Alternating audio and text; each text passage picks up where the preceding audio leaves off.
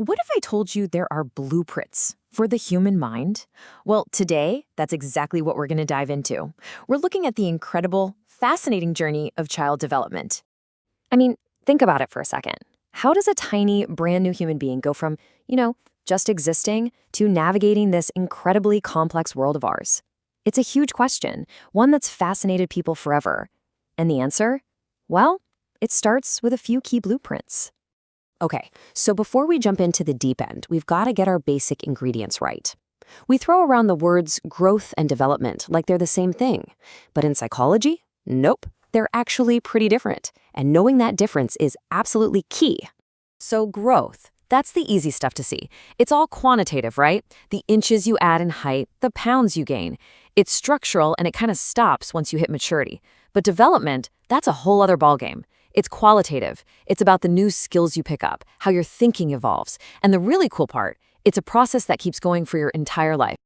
All right, with that foundation laid, let's meet our first master architect of the mind, the one and only Jean Piaget. His big idea? He said, hey, kids aren't just little sponges passively soaking things up. No way. They're like active little construction workers, building their own understanding of the world, brick by brick. And this idea was seriously revolutionary at the time. The quote really says it all. Children are active builders of knowledge. They aren't just empty vessels waiting to be filled. Suddenly, the spotlight shifted. It wasn't just about what we teach kids, but about how they actively construct their own learning journey. So Piaget laid out this building process in 4 clear stages. First up, the sensory motor stage. Think of babies as little scientists, exploring everything with their senses and actions. The huge milestone here is object permanence. The magic of peekaboo. When they finally realize that even if they can't see you, you still exist. Next, we hit the pre-operational stage. Language just explodes, but their thinking is still very, let's say, the world revolves around me. Then comes the concrete operational stage, where they start thinking logically but about real, tangible things they can see and touch. And finally, we get to the formal operational stage. This is where they can think abstractly, reason scientifically. They've become full-blown thinkers. Okay, so how exactly are they building these mental models? Well, it all comes down to this key concept called a schema. The easiest way to think about schemas are like little file folders inside your brain. They're the basic building blocks we use to organize everything we know and make sense of our experiences. Every single new thing you encounter gets sorted into one of these mental folders. And our brains update these folders in 2 main ways. First, there's assimilation.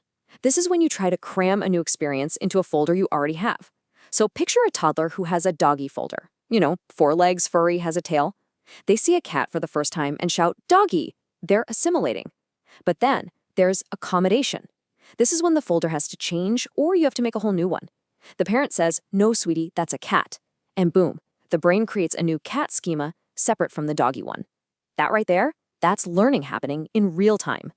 All right, so if Piaget was all about the individual little builder, our next theorist, Lev Vygotsky, zoomed out. He looked at the whole construction site. Vygotsky's big argument was that we don't just learn on our own, we learn together. For him, our social world, our culture, that's the real architect of our minds.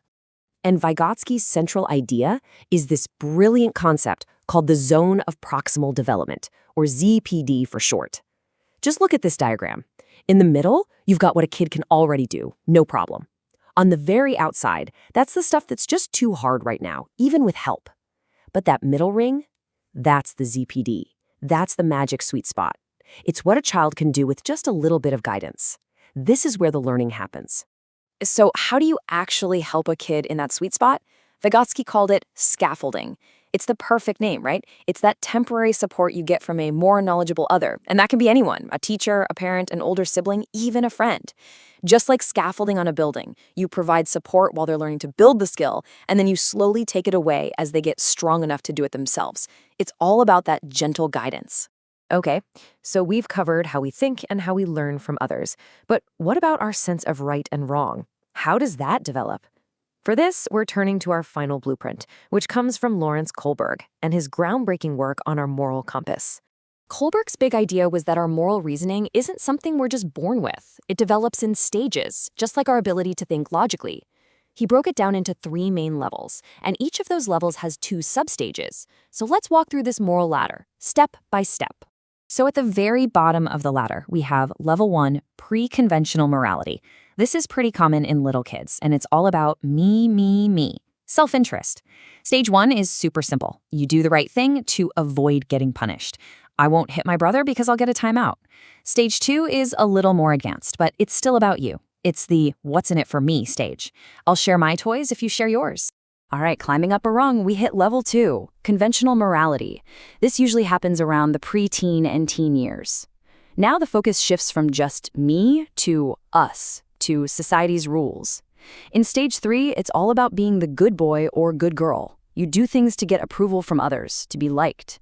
Then, in stage 4, it gets bigger. It's about law and order. You follow the rules not just to be liked, but because rules are what keeps society from falling apart. And finally, we get to the top of the ladder, level 3, post-conventional morality. Now, Kohlberg believed not everyone makes it here. At this level, your morality is guided by your own internal compass, by abstract principles like justice and human rights. You might even decide a law is unjust and needs to be broken for a higher moral reason. It's about your own personal code of ethics, not just what society tells you. Okay, so Piaget, Vygotsky, Kohlberg. These are some seriously fascinating theories. But what's the point, right? What does this all mean for the real world? Like, say, in a classroom. Let's connect the dots and see how we can actually put these blueprints into practice. It actually breaks down really nicely. If we take Piaget's idea that kids are active builders, what does that mean for a teacher? It means less lecturing and more hands-on projects, more active exploration. And Vygotsky, who told us learning is social, well, that's a huge plug for collaborative group work and letting students teach each other. And Kohlberg, his work shows us how important it is to have class discussions about tricky ethical problems, to help kids build and strengthen that moral compass. And really, that's the whole point. The big takeaway is crystal clear. When we understand how children develop, how they think, how they learn together, and how they build their moral framework, it gives us the power to create learning environments that are not just more effective, but also more supportive and more human. Places where kids can truly, genuinely thrive. But I want to leave you with a final thought to chew on. These blueprints we've talked about, they're classics. They've been our guide for decades. But our world is changing, and it's changing fast. We're in an age of AI, of kids who have never known a world without the internet. So my question to you is, what does the next blueprint for child development look like? What do we need now?